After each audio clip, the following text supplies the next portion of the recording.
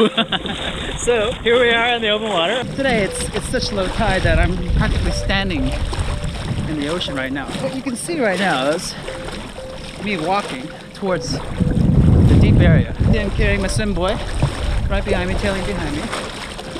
And what I can do right now if I wanted to is I can start swimming this way along the shoreline and I will be fine.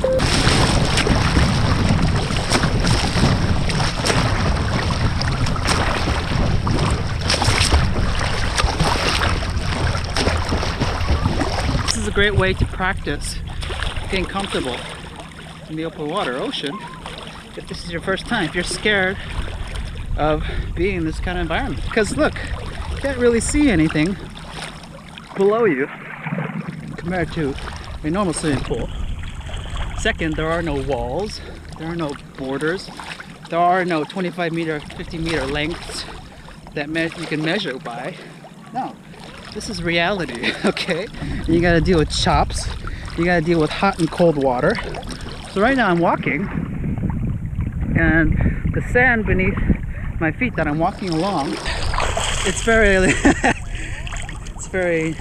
you can use this on your face if you wanted to, like this, but it's very soft as you can see. Right now, the water is kind of fluctuating in temperature, okay? It's hot and cold, hot and cold. So there are pockets of warm water mixed with a lot of cold, freezing, icy water.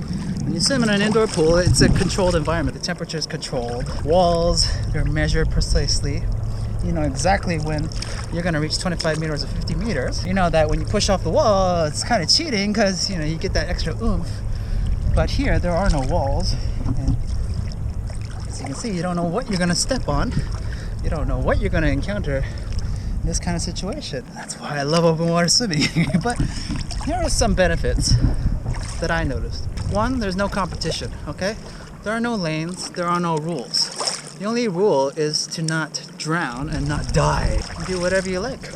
Those little boats, plus those big boats, they dump a lot of poop into the water, okay? So when they flush their toilets on board their yachts and boats, that water is not recycled or anything. It's just let go and released into the open water.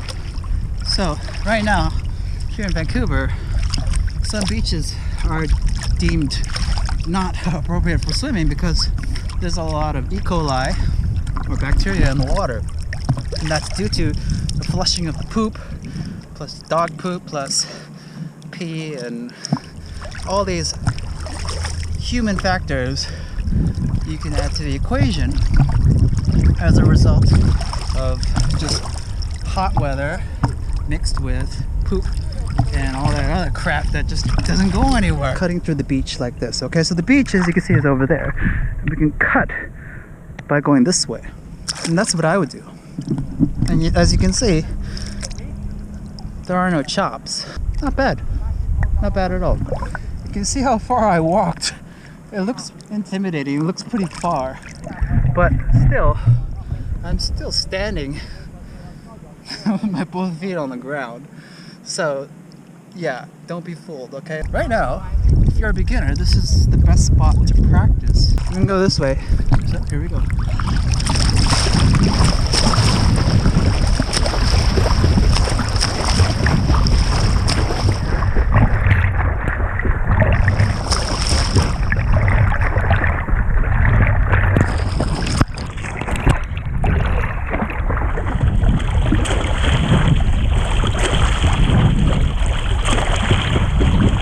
You're probably wondering, how far should I swim?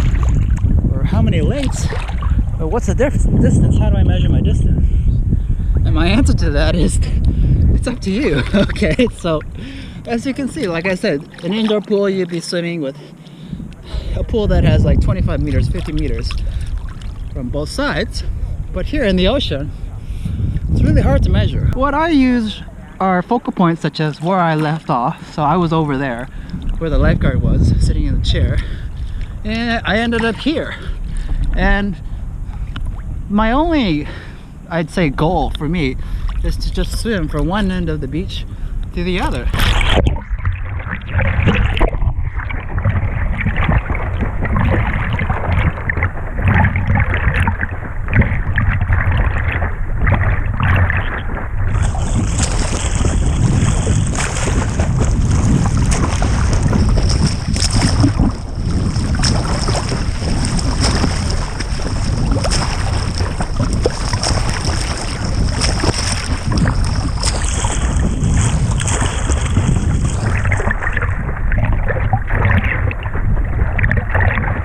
cares, alright? Just swim, and then when you get tired, just relax.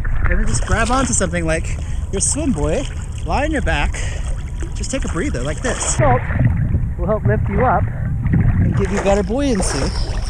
So you don't really have to try hard to like tread water or try to stay above the water using your own arms and legs. You just lie down like this in a huddled position, because if you want to stay warm, you have to huddle, okay? And when we say huddle, it's like hug your arms, hug your legs, just curl up into a ball, basically. I'm kicking on my back right now.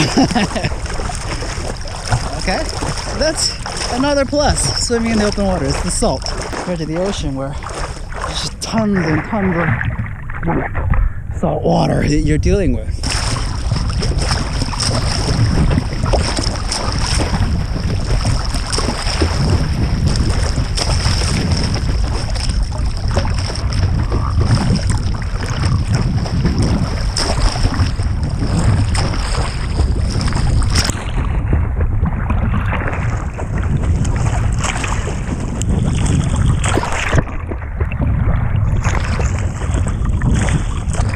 You're gonna have to make some modifications to your vern crawl in this kind of situation in order to deal with the chaps, in order to deal with barely any visibility. You can't see anything in the water. So first of all, you have to practice sighting, okay?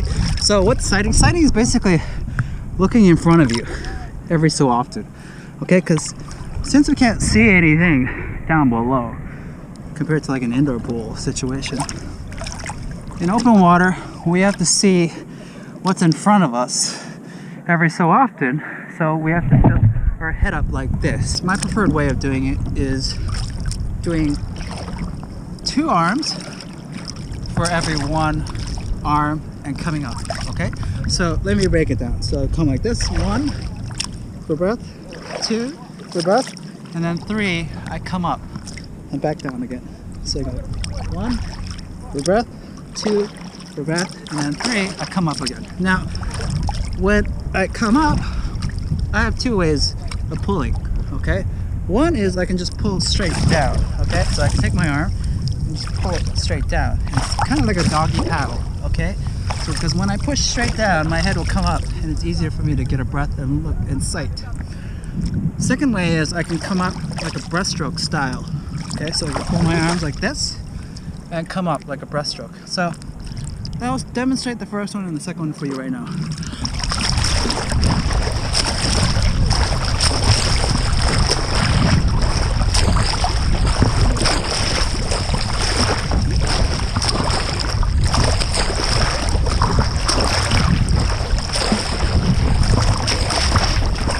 Again, play around, see which style is better for you.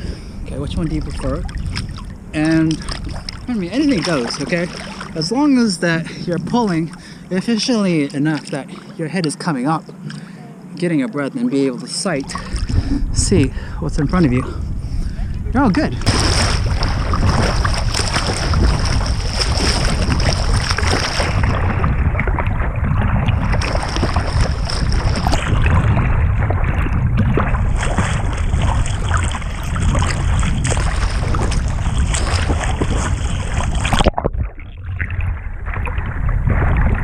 If you want to get more confident in swimming in open water, one is I recommend that you come during low tide. And as you can see, that's what you're dealing with when the water comes in, okay? All of that beach is covered right now with water, ocean water, but as you can see in the footage, what I'm walking on is just like nice soft sand, okay? And that's what you're dealing with down below if you're scared of not knowing what you're swimming on top of or above. Talk to the local lifeguard, okay? Lifeguard is your friend, like I said. Never swim in an ocean or an area where there's no people or a lifeguard around in case shit happens. Have a flotation device handy, like a swim buoy, like I have right now at all times. And yeah, just treat this like your room, okay? Treat it like your room that you go, you stay, and you spend a lot of time with, okay?